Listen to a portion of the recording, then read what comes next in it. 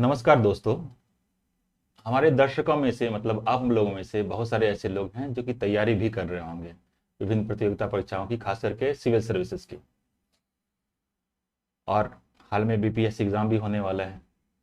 तो हमने सोचा कि क्यों ना अपने साथ एक ऐसे व्यक्ति को बैठाया जाए, उनसे बातचीत की जाए बीपीएससी परीक्षा के बारे में, जो ऑलरेडी इसे क्लियर कर चुके हैं। तो हमारे साथ हैं विनोद जी, जो पीसीएस पदाधिकारी हैं, 53वीं से 55वीं बैच के। वर्तमान में वीडियो के रूप में पदस्थापित हैं। आज हम लोग उनसे बात करेंगे पीटी के बारे में, प्रिलिमिनरी जो एग्ज़ाम होता है बीपीएससी का, उसके बारे में। जैसा कि आप सबको पता होगा, जो तैयारी करने वाले लोग हैं, कि जो भी न्यूज़ होता है उसके दो चीज़ें होती हैं उसकी। एक तो होता है फैक्ट्स, जिसको बोलते हैं इवेंट्स बोलिए तो। एक होता है इश्यू। जो प्री होता है वो फैक्ट्स और इवेंट्स की जांच होती है। मान लीजिए कहीं बाढ़ आता है, अभी जैसे केरला में लैंडस्लाइड हुआ, तो ये एक इवेंट हुआ। लेकिन लैंडस्लाइड अपने आप में एक इशू है। तो ये इशू की बातें जब होती है, अधिकांश तौर पे वो होती है मेंस में, कि भाई लैंडस्लाइड क्यों होता है, क्या कारण है, कैसे बचा जा सकता है, उसमें कोई रिपोर्ट वगैरह है तो उससे रिलेटेड। लेकिन जब उस वो कोई किस जगह पे हो रहा है, ये एक फैक्ट हुआ। उसके लिए कौन सी कमेटी गठित की गई थी, ये चीज़ें हो गई। इस तरह के फैक्ट्स जो हैं वो नॉर्मली पीटी में पूछते हैं, प्रीलिमिनरी एग्जाम में पूछते हैं। तो आज हम उसी प्रीलिमिनरी एग्जाम के लिए बात करेंगे विनोद जी से। नमस्कार विनोद जी। नमस्कार, थैंक यू। तो विनोद जी, आप ऑलरेडी पीसीएस ऑफिसर हैं और आपने अपनी तैयारी के दौरान बहुत सारी कठिनाइयों का सामना किया होगा प्रिपरेशन से संबंधित। तो आप अपने बारे में कुछ बतलाइए, वो तैयारी आपने किस तरह से की, कैसे आपका सिलेक्शन हुआ। खास करके हम लोग पीटी पे फोकस करेंगे, तो थोड़ा बताया जाए उसके बारे में। देखिए, यूपीएससी और बीपीएससी का प्रिपरेशन जो है वो दोनों थोड़ा अलग तरीके का प्रिपरेशन होता है। खास करके प्रिलिमिनरी एग्जामिनेशन जो होता है वो थोड़ा अलग होता है, उनका प्रिपरेशन अलग होता है। बीपीएससी जब हम लोगों ने तैयारी शुरू की थी तो उस समय यूपीएससी की ही तैयारी करता था बेसिकली। और जब बीपीएससी का प्रीलिम्स जब हमने दिया तो पहले हमने देखा था कि क्वेश्चन बैंक जो होता था बीपीएससी का, उसका हम लोगों ने पहले मंगाया है कि इसका नेचर ऑफ क्वेश्चंस किस तरह से बीपीएससी पूछते हैं। अच्छा। और चूंकि अभी बातें बीपीएससी पे हो रही हैं तो मैं फोकस्ड होकर उसी पे बताऊंगा। बिल्कुल। जब मैं एग्ज़ाम दिया था तो सबसे पहले मैंने यही काम किया था कि उसके जो बीपीएससी के जो क्वेश्चन बैंक थे उसको हमने देखा। तो उससे मुझे पता चला कि प्रकृति किस पर यानी जो प्रश्न का जो प्रकृति होता है वो नेचर ऑफ क्वेश्चन कैसा है, किस तरह का क्वेश्चन पूछते हैं बीपीएससी से। क्योंकि हर पीसीएस का या यूपीएससी का आप देखेंगे, हर एक सब्जेक्ट में उनका एक फेवरेट टॉपिक होता है जिससे कहीं ना कहीं वो घुमा फिरा के वहीं से क्वेश्चन करते हैं। बिल्कुल। तो जो 10 साल का जो क्वेश्चन बैंक था उससे मुझे एक असेसमेंट मिला। मैंने असेस किया कि what kind of questions they generally ask in the examinations, like preliminary examination में उनका कैसा होता। पहले मैंने एक एरिया को डिफाइन किया कि 150 क्वेश्चंस यदि हैं तो मैक्सिमम नंबर ऑफ क्वेश्चंस किस पेपर से आते हैं। बिल्कुल।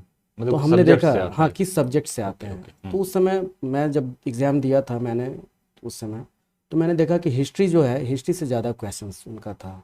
कमोबेश वही चीज़ें अभी भी चल रही हैं। History, geography, political science, science, economics and current affairs.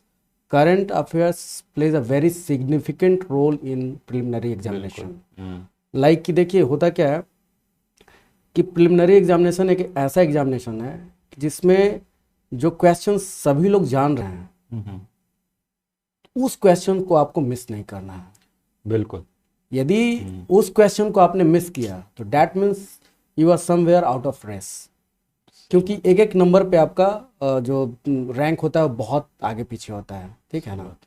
तो यदि आपने उस क्वेश्चन को जिसको सबने सही किया है, यदि उसको आपने गलत किया तो वो आप कहीं ना कहीं गलती हुई आपसे। तो हमने पहले एक बाउंड्री बनाया, एक एरिया बनाया कि कहाँ कहाँ से कितना कितना क्वेश्चंस आता है। और उस हिसाब से हमने अपने प्रिपरेशन को समय दिया। चूँकि मैं हिस्ट्री ग्रेजुएट हूँ तो हिस्ट्री हमारे लिए एक आसान सा ये रहता था। और हिस्ट्री में जो भी फैक्चुअल्स होते थे या फिर जो कॉन्सेप्चुअल चीज़ें होती थी तो वो हमारे लिए आसान था उसको करना। तो मैं उसमें ये चाहता था कि यदि 40 क्वेश्चंस है तो 40 में सही करूं। मतलब वहाँ मुझे मिस नहीं करना, क्योंकि हिस्ट्री के बाद हो सकता है ज्योग्राफी मेरा सब्जेक्ट नहीं है या पॉलिटिकल साइंस मेरा सब्जेक्ट नहीं है, तो वहाँ गलती होने की चांस है हमसे। बट यदि मैं हिस्ट्री, जो कि मेरा अपना ओन सब्जेक्ट है, यदि उसमें if I am committing mistake in my own paper, तो there might be some problem. तो मतलब जो बच्चे हैं उनको भी जो उनका अपना स्पेशलाइजेशन है जिस सब्जेक्ट में, राइट, तो उनको उस पे तो इतनी पकड़ होगी, बिल्कुल बिल्कुल कोशिश करें कि 100% उसमें बिल्कुल। सही करें। जैसे मैं ये कहना चाहता हूँ कि यदि कोई किन्हीं का बैकग्राउंड पॉलिटिकल साइंस का है, बिल्कुल। तो पॉलिटिकल साइंस से रिलेटेड जो भी क्वेश्चंस अभी आते हैं, चूंकि अब तो नेगेटिव मार्किंग है, हाँ हाँ और पहले जब मैं देता था तो नेगेटिव नहीं था उस समय, तो आउट ऑफ 150 में हम लोग 150 मार्क ही आते थे। हाँ, करेगा ही कोई भी क्योंकि गलती छोड़ना मार्किंग नहीं है, हाँ, छोड़ना वो नहीं है। लेकिन अब है कि आपको आपका हिट जो हो, एकदम एक्यूरेसी जो हो, वो बिल्कुल परफेक्ट होना चाहिए। सही बात है। क्योंकि जैसे जैसे आप ब्लाइंड गेम की तरह खेलोगे, तो फिर आप नेगेटिविटी, जैसे नेगेटिव होने का चांस ज़्यादा हो जाएगा। तो जिस क्वेश्चन, मेरा ये अभी मानना होता है कि स्टूडेंट्स को ऐसे चाहिए कि आप अपने पोर्शन को, यदि पॉलिटिकल साइंस है तो पॉलिटिकल साइंस में एकदम जो जो क्वेश्चन पूछेगा उसमें आपको हिट करना है कि ये मेरी कहीं से गलत नहीं होनी चाहिए। यदि कहने का मतलब राइट टू इक्वालिटी एक है, मुझे पता है कि ये आर्टिकल 14 है, तो ये मुझे मिस नहीं होना चाहिए कि ये किस आर्टिकल में लिखा हुआ है। ठीक है, उसी तरह से मैंने सब सब्जेक्ट्स का अध्ययन किया, और मेरा प्रयास तो यही रहता था कि मेरे जो सब्जेक्ट्स हैं, जो मेरे स्ट्रॉन्ग पॉइंट्स हैं, उसमें मैं कहीं से गलती ना करूं। फिर ड्यूरिंग प्रिपरेशन में ये काम ये करता था कि किताब जब पढ़ता था, तो किताब पढ़ने के दौरान मुझे, चूंकि मैं क्वेश्चन बैंक पहले किया हुआ रहता था, तो जब भी मैं पढ़ने जाता था किताब, तो मुझे, जब मैं पढ़ रहा होता था तो मुझे पता चल जाता था कि ये पोर्शन पीटी का है, क्योंकि मैंने क्वेश्चन बैंक किया हुआ है। तो मुझे आइडिया लग जाता था कि ये अभी जो मैं पढ़ रहा हूँ, इसमें ये एक जो पर्टिकुलर चीज़ है, ये पीटी का है ये। तो मैं उस पर पी लिख के उसको क्रॉस कर देता था, ऐसे सर्किल कर देता था, जिससे कि मुझे आसान से फिर रिवीजन करने में कोई दिक्कत ना हो। एक बार पढ़ लिया, रिवीजन तो पीटी एंड मेंस और everything is all about revision, कि आप कितना रिवीजन कर पाते हो, ये ज़्यादा इंपॉर्टेंट रखता है।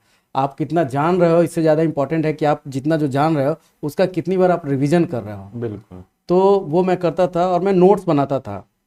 उन दिनों मुझे याद है कि जो भी मैं पढ़ता था, जैसे मान लिया कि ज्योग्राफी ही पढ़ा, तो ज्योग्राफी में जो कुछ कुछ चीज़ें होती थी, ज्योग्राफी में तो बहुत सारा फैक्चुअल्स भी क्वेश्चन पूछते थे, और पॉलिटिकल साइंस में भी। तो मैं उसका एक नोट्स बनाता था। नोट्स बनाने से ये चीज़ें आसान होती थी कि मान लिया अभी एग्ज़ाम है, एक सप्ताह में एग्ज़ाम है, तो एक सप्ताह में यदि मैं फिर से पूरी किताब को पढ़ने जाऊँगा, तो वो कहीं ना कहीं मैं सुसाइडल पैथ पे होगा, क्योंकि फिर से वो पूरा का पूरा किताब पढ़ना, और वो काफ़ी लंबा समय लग जाता था उसमें। तो वो नोट्स जो होता था ना, वो मेरे लिए काफ़ी फायदेमंद होता था। कम समय में मैं अपनी चीज़ों को पूरा रिवीजन कर लेता था। 2 सवाल हैं जो कि बच्चे भी पूछे थे, कमेंट सेक्शन में पूछे थे दरअसल। एक तो जो नोट्स बनते हैं वो किस तरह से बनाया जाए कि कम से कम समय में रिवीजन हो पाए, एक सवाल ये है। राइट। दूसरा ये है कि जैसे आपने कहा कि प्री के समय में ही उससे पहले ही आप क्वेश्चन बैंक पहले लेते थे। बहुत सारे, जैसे आपका बैकग्राउंड था हिस्ट्री का, बहुत सारे ऐसे बच्चे होंगे जो कि इंजीनियरिंग बैकग्राउंड से होंगे या फिर बायोलॉजी वगैरह बैकग्राउंड से होंगे, तो नॉर्मली वो आर्ट के टच में नहीं रहते हैं। और पर्टिकुलर अगर इंजीनियरिंग वाला अगर बोलते बच्चे, तो वो तो काफ़ी हट चुके होते हैं उससे। तो वो अगर क्वेश्चन बैंक को देखेंगे तो क्या उनको चीज़ें समझ में आ जाएंगी? क्या करना चाहिए ऐसे बच्चों को? देखिए, एक बात मैं बता रहा हूँ, आपने भी एक प्रोसीजर जो होता है उसको पास किया, हमने भी पास किया है। एक सीधी सी बात है कि जो भी एक बिगनर्स होते हैं, जो स्टार्ट करते हैं अपना प्रिपरेशन, तो कहीं ना कहीं we start with our NCERT book. ठीक ठीक ठीक। हम लोग सब एनसीईआरटी किताब को हम लोग बेस बुक के रूप में रखते हैं। तो है। ठीक है, जब आप एनसीईआरटी के किताब को एक बार पढ़ लेते हैं ना, एक बार आप पढ़ लेते हैं, तो फिर दैट मीन्स कि you are acquainted with any facts, और जो कॉन्सेप्ट होता है वो आपके दिमाग में होता है। जैसे ठीक है, सपोज कीजिए कि मेरा ज्योग्राफी सब्जेक्ट नहीं है, I am not a geography graduate, और मेरा ज्योग्राफी सब्जेक्ट कभी नहीं रहा, लेकिन यदि मैं 6 से 10th की किताब यदि एनसीईआरटी का ज्योग्राफी का पढ़ता हूँ, तो यकीन मानिए कि ज्योग्राफी के बहुत सारे बेसिक्स और अच्छे नॉलेज आपको हो जाएंगे। बहुत सारे क्वेश्चन भी कवर राइट, वो हो जाता है। तो यदि कोई भी बंदा, यदि कोई स्टूडेंट है, यदि वो ज्योग्राफी की किताब एनसीईआरटी की पढ़ रहा है, ठीक है, तो पहले तो वो बेसिक चीज उसका क्लियर हो गया।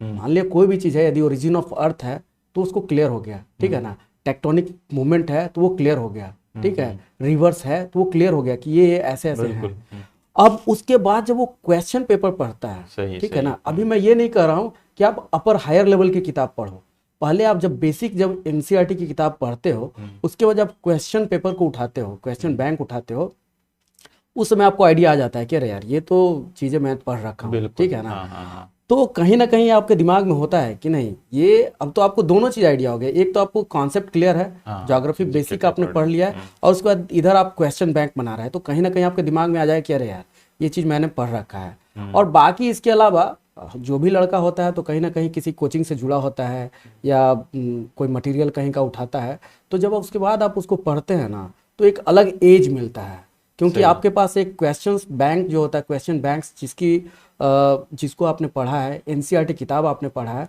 और इसके बाद जब आप उसको पढ़ेंगे ना, तो एक अलग से एज मिलता है आपको किसी भी सब्जेक्ट में। बिल्कुल। एक बायोलॉजी का स्टूडेंट है, वो यदि ज्योग्राफी की एनसीईआरटी की किताब पढ़ता है, उसके बाद क्वेश्चन बैंक बनाता है, तो यकीन मानिए कि ये बहुत बड़ी बात नहीं है। सही सही।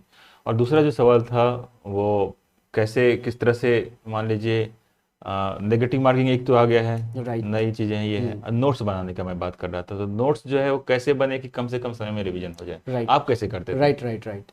तो पहले मैं नेगेटिव मार्किंग से बात करता हूँ, ठीक है, आपने पहला ये हाँ, किया क्योंकि तो एक बच्चा पूछा भी है कि नेगेटिव, जब से नेगेटिव मार्किंग हुई है तब से पीटी नहीं हो पा रहा, पहले हो पा रहा था। राइट। उस पर मैं अपनी बात रखता हूँ कि मैं जैसे सोचता हूँ इसको, क्योंकि हम लोगों ने भी जब एग्ज़ाम दिया था तो उधर नेगेटिव मार्किंग होता था। हाँ, यूपीएससी में तो हम लोग क्या करते थे कि जैसे नेगेटिव मार्किंग में है कि अब वो नहीं है कि आपको ब्लाइंडली आपको टिक नहीं करना है कि ये आंसर हो गया। जब आप जान रहे हो कि मुझे नेगेटिव मार्किंग है इसका, तो हम सबसे पहले जब आप क्वेश्चन बनाते हो ना, तो पूरा 1 to 150 क्वेश्चन को आप एक बार पहले पूरा पढ़ लो, और उसी बीच में जो आप 100% श्योर हो कि एकदम आई एम डैम श्योर कि इसका आंसर यही है, पहले आप उसको एक बार बना लो। ठीक ठीक। ठीक है ना। आप एक क्वेश्चन में मत रह जाओ कि यार इसको कर लेते हैं, इसको कर लेते हैं, उसी में डायलेमा में आप रह गए, वो नहीं। सही सही। आप एक बार जब थ्रू आउट करोगे ना, तो पहले देख लो कि 100% में हम किसमें कितने क्वेश्चन में हम 100% श्योर हैं एकदम। बिल्कुल। यदि 1 to 150 में लगता है कि मेरा 40 क्वेश्चन में एकदम 100% श्योर है एकदम कि ये तो कहीं से गलत नहीं होगा, तो पहले तो उसको आप कर लो एकदम, उसमें कहीं नहीं है, वो हो गया कि 100% है।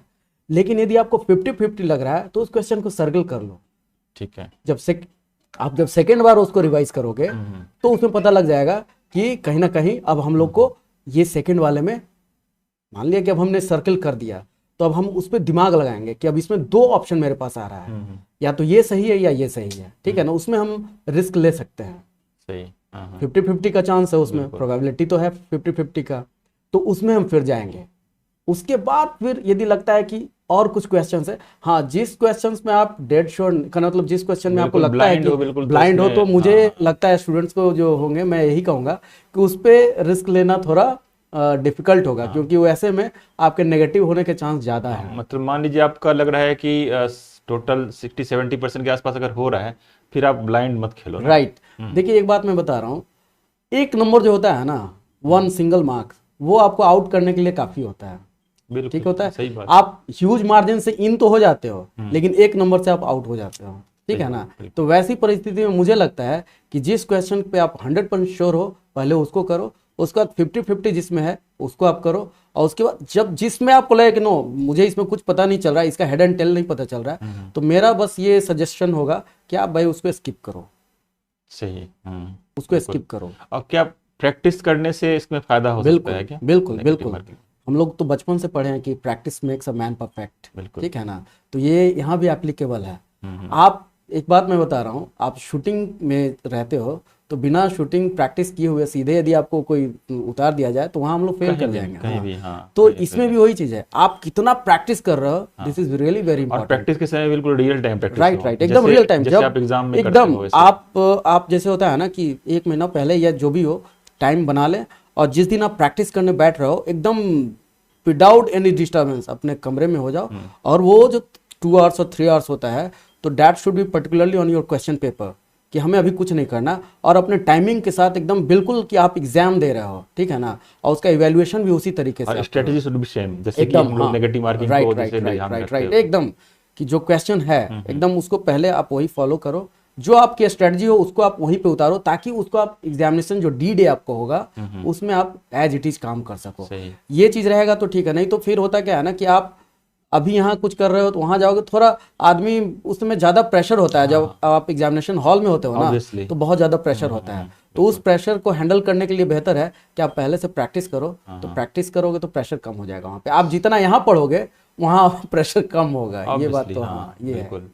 और दूसरा सवाल था वो नोट्स बनाने को नोट्स, लेके, हाँ, बहुत सारे बच्चे राइट कंफ्यूज राइट रहते राइट। हैं। देखिए एक बात होता है, कुछ बच्चे होते हैं जिनको नोट्स की जरूरत नहीं होती है। एकदम सही बात है। मेरे बहुत सारे फ्रेंड्स हैं और they clear their examination without making any notes. Hmm. लेकिन जैसे मैं नोट्स बनाता था, क्योंकि मुझे लगता था कि मेरे पास जो लास्ट मोमेंट समय होता है उसमें मैं अपने नोट्स को पढ़ के ही अच्छा काम कर सकता था। नोट्स बनाने का तरीका होता था कि ठीक है, अब जैसे हिस्ट्री में पढ़ रहा हूँ या ज्योग्राफी, सपोज ज्योग्राफी में पढ़ रहा हूँ, ठीक है, हाँ। तो ज्योग्राफी में एक जैसे बुक है उसका, तो मान लिया एक मोटी सी किताब है, उसको पढ़ने में हो सकता है कि मुझे 2 दिन लग जाए किताब को, लेकिन मैं उसका पूरा रिव्यू एक बना लेता था अपने, जिसमें कि क्वेश्चन बैंक का जो फैक्चुअल्स होता था जो मेरे दिमाग में रहता था उसको भी मैं ये करता था, और कुछ कॉन्सेप्ट जो होते थे उसको भी मैं बना लेता था। हाँ। तो वो सक्सेंटली, यानी कि आप समझ लीजिए कि मान लीजिए ज्योग्राफी है, यदि 300 पेज की किताब है तो उसका नोट्स में 10 पेज में बना लेता था। अच्छा, हाँ, तो बार बार पढ़ते होंगे तब तो उतना राइट छोटा राइट। हो देखिए एक पाता बात होगा। मैं बता रहा हूँ, फिर से भी आपको बता रहा हूँ, फिर मैं वापस ले जाना चाहूंगा कि जब आप क्वेश्चन बैंक बनाते हो तो आपको आइडिया रहता है कि कौन क्वेश्चन आता है कौन क्वेश्चन नहीं आता है, ठीक है ना। और वो जब किताब आप पढ़ते हो तो वहीं से आपको हो जाएगा कि अच्छा ये पोर्शन तो आता है। तो जिस भी पोर्शन का आप मान लिया कि एक है इंडियन, जैसे ओरिजिन ऑफ मानसून है, ठीक है ना। ओरिजिन ऑफ मानसून एक बहुत इंपॉर्टेंट चैप्टर है ज्योग्राफी में। आप मेंस में भी देखेंगे तो many times they have asked this questions की ओरिजिन ऑफ मानसून पे। तो जब मुझे पता है कि ओरिजिन ऑफ मानसून से क्वेश्चंस आते हैं, या करंट्स, जो गर्म जलधारा, जो कोल्ड और ये करंट और हॉट करंट है, वो क्वेश्चंस आते हैं वहां से, तो क्यों ना उसके फैक्ट्स को हम याद कर लें। देखिए एक बात होता है, फैक्ट्स में होता है कि या तो आप जान रहे हो या नहीं जान रहे हो, उसमें ग्रे एरिया नहीं होता है। सही बात। इधर यू नो और यू डोंट नो। तो डोंट नो से बेहतर है कि उसको लिख के आप पूरा उसको रट लो भाई, देख लो, कॉन्सेप्ट तो आपका क्लियर है। कभी कभी क्या होता है ना कि देखिए एक बात होता है ना, मैं ये आपको बताना चाहूंगा, सिर्फ रटना मैं नहीं कह रहा हूँ, आपका कॉन्सेप्ट क्लियर होना चाहिए और उसमें फैक्ट्स को आप पूरा याद कर लो कि फैक्ट्स को बनाने में कहीं गलती मुझे ना हो कहीं। मतलब कंसेप्ट क्लियर होगा तो आसानी होगी याद राइट करने राइट। में। बहुत सारा चीज़ है। जैसे अब ज्योग्राफी तो एक ऐसा सब्जेक्ट है जिसमें फैक्चुअल्स भी बहुत होते हैं। मान लिया कि एक सिंपल सा क्वेश्चन पूछता हूँ कि हाँ, अभी सोने का जो लार्जेस्ट प्रोड्यूसर कंट्री वो कौन है। It's a very simple question. तो I should know this things. अब मुझे ऐसा नहीं होना चाहिए कि अब इसमें मुझे ऑप्शन चाहिए, वो वाली बातें नहीं होनी चाहिए। तो उसके लिए है कि आप फैक्ट्स को एक बार बना लो, और आसान होता है जब आप चीज़ों को करते हैं। जैसे मान लिया बड़ी बड़ी किताबें हैं जिसको पढ़ने में हो सकता है इतना समय लग जाए, उसको यदि शॉर्ट नोट्स बना लेंगे ना आप, आपका अपना कंटेंट होगा। तो एक बात मानिए कि जब आप खुद का नोट्स बनाते हैं ना, तो उस नोट्स के साथ आपकी एक अलग रिलेशनशिप होती है। खुद का है आप जितना एफर्ट लगाएंगे तो नोट्स भी आपके लिए उतना एफर्ट लगाएगा। बिल्कुल। तो कम समय में आप अधिक करना मतलब दे सकते हैं अपना। अच्छा, एक सवाल और, जैसे बाकी चीज़ों के लिए तो किताबें मिल जाती हैं, है ना, एनसीईआरटी है, टेक्स्ट बुक्स हैं, तो तैयारी करने में बच्चों को दिक्कत नहीं होती अगर कोई पढ़ने वाले बच्चे हैं ऑब्वियसली। लेकिन करंट अफेयर्स ऐसा पोर्शन है जिसके लिए किताबें पर्टिकुलर नहीं होती। राइट। और ना बचपन से कोई विशेष ध्यान दिया रहता है। कोई बचपन में खुद अपना ही बोल रहे हैं, जब दादाजी या पापा टीवी देखते थे तो न्यूज़ जब लगाते थे तो मुझे लगता था क्यों लगा दिया न्यूज़, है ना, बोरिंग लगता था। बहुत सारे बच्चों के साथ ऐसा होता होगा।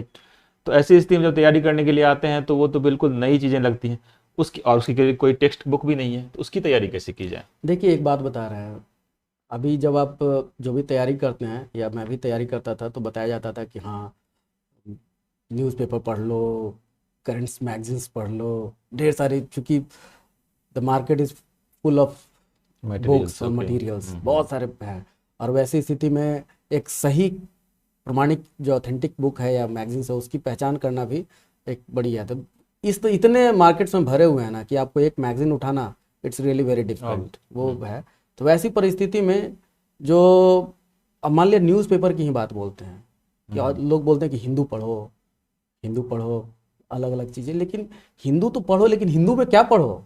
हाँ, ये बहुत important, this is really very important. यही इम्पोर्टेंट है वो कि हिंदू तो पढ़ो, बट हिंदू में क्या पढ़ो। हाँ, तो ये ज़्यादा इम्पोर्टेंट है। तो मैं क्या करता था ना कि उस समय देखा कि जैसे हिंदू यदि पढ़ रहा हूँ और हिंदू में कोई भी चीज़ को यदि वो लोग कवर करते थे 3-4 दिन तक, यदि कैरी किए हैं किसी एक पर्टिकुलर चीज़ को, वो कैरी कर रहे हैं, हम्म, तो मुझे ये लगता था कि यार ये इम्पोर्टेंट है। इम्पोर्टेंट है। हम्म।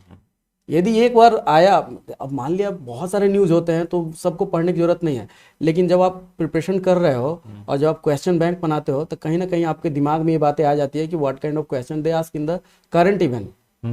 करंट में भी कैसे क्वेश्चन पूछते हैं आपको। अब मान लिया कि ये तो पता है कि ओलंपिक यदि हो रहा है तो ओलंपिक से हो सकता है क्वेश्चन होगा, हाँ है ना। बिल्कुल, आप डेली न्यूज में आ ऑस्ट्रेलियन रहा है। ओपन हो रहा है तो उससे क्वेश्चन होगा, हाँ, कुछ विंबलडन से क्वेश्चन तो क्वेश्चन बिल्कुल हो गए, उसके सेट ही ये सब होते तो हैं। हाँ होते ही हैं। तो ये सब चीज़ें तो आप आइडेंटिफाई कर लेते हो।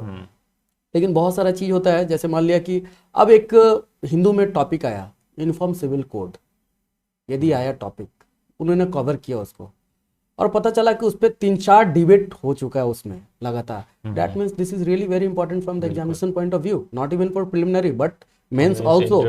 मेंस में भी आप समझिए कि मेंस में डायरेक्ट वो आपसे नहीं पूछेंगे कि यूनिफॉर्म सिविल कोड कहाँ है, किस आर्टिकल में है, ये नहीं होंगे।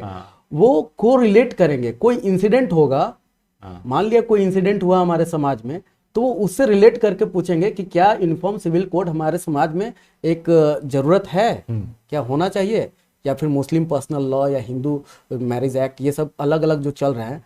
तो वो एक आपको सिनेरियो देंगे और उससे को रिलेट करके आपको यूनिफॉर्म सिविल कोड पे क्वेश्चन करेंगे वो, ठीक है ना। तो वैसी स्थिति में आपका जो कॉन्सेप्ट है वो क्लियर होना चाहिए। तो मेरा ये मानना है कि जो भी चीज़ें आपको लग रहा है कि यदि आप न्यूज़पेपर पढ़ रहे हो, एक तो पहले आपका दिमाग में आ जाए कि ये इंपॉर्टेंट है, उसको आप कवर कर लो। और जिस चीज़ को यदि हिंदू वाले या फिर अदर जो न्यूज़ मैगजीन्स लाइक, देखिए नो डाउट अभी बोलना ये होगा, जैसे हम लोग क्रॉनिकल्स बोलते हैं, फिर आपके प्रतियोगिता दर्पण है, हम लोग पढ़ते थे CST सिविल सर्विसेज टाइम्स होते थे, ये सब अच्छे अच्छे ऑथेंटिक ये हैं, इनके जो फैक्ट्स होते हैं उस पर हम लोग रिलाई कर सकते हैं, ठीक है ना। तो इन सब चीज़ों में हम लोग पढ़ते हैं, जो चीज़ को कवर किया गया है और उसको हम देख रहे हैं कि न्यूज़पेपर में भी वो आया, हिंदू भी उसको कवर किया है, तो डैट मीन्स कि वो that is very important from the examination point of view.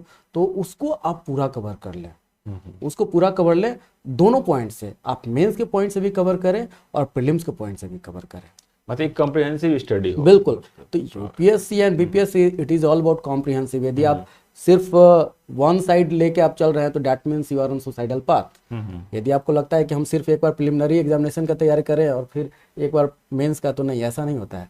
आप एकदम कॉम्प्रिहेंसिव तैयारी करते हो, एक साथ आप तैयारी करते वही, हो और लास्ट मोमेंट में आप उसको स्पेसिफिक हो जाते हो। जैसे अभी मेरी तैयारी कॉम्प्रिहेंसिव हो रही है, मैं सब चीज़ पढ़ रहा हूँ, बट जैसे जैसे मेरा प्रिलिमिनरी का एग्जामिनेशन नज़दीक आएगा तो मैं स्पेसिफिक हो जाऊंगा।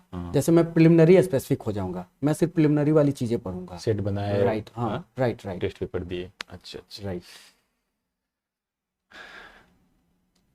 अभी आप सबने एक वार्ता सुनी हमारे और विनोद जी के बीच में, जिसमें आप लोगों को बहुत सारी जानकारियां मिली होंगी। नो डाउट तैयारी के बारे में जितनी भी बात करें, जितनी भी स्ट्रेटजी लगाएं, वो कम होती है। फाइनल ये मैटर करता है कि आपका सिलेक्शन कैसे हुआ, लेकिन आप तैयारी के दौरान कौन सी स्ट्रेटजी लगाते हैं, सबकी स्ट्रेटजी अपनी अपनी होती है, लेकिन कुछ चीज़ें होती है वो बेसिक होती हैं, सबको फॉलो करना पड़ता है। जैसा कि विनोद जी ने बताया कि NCERT सबको पढ़नी है। कुछ पढ़ने का तरीका हो सकता है कि अलग अलग हो, नोट्स बनाने का तरीका अलग अलग हो सकता है, लेकिन आपको NCERT बेसिक जैसे पढ़ना ही पड़ेगा। करंट अफेयर्स के लिए जैसे उन्होंने कुछ मैगजीन्स और कुछ न्यूज़ पेपर का नाम लिया, उसमें किस तरह से पढ़ी जाए, ये बिल्कुल सही बात है कि अगर कोई न्यूज़ कंटिन्यू आ रहा है, 10 दिन 15 दिन 5 दिन कंटिन्यू आते जा रहा है वो, तो उस पर विशेष ध्यान देने की ज़रूरत है। एग्जाम्पल के तौर पे इन्होंने ओलंपिक के बारे में बताया। तो आप लोग अपनी तैयारी जारी रखिए, और कोई जानकारी आपको चाहिए इससे रिलेटेड, कोई स्पेसिफिक, मान लीजिए हो सकता है कि कोई वीडियो हम लोग इस तरह से बना दें कि करंट अफेयर्स पे अगर आप लोग की रिक्वायरमेंट होगी तो करंट अफेयर्स पे भी हम लोग बना सकते हैं वीडियो। तो अभी इस शो के लिए इतना ही। धन्यवाद। धन्यवाद सर। Thank you.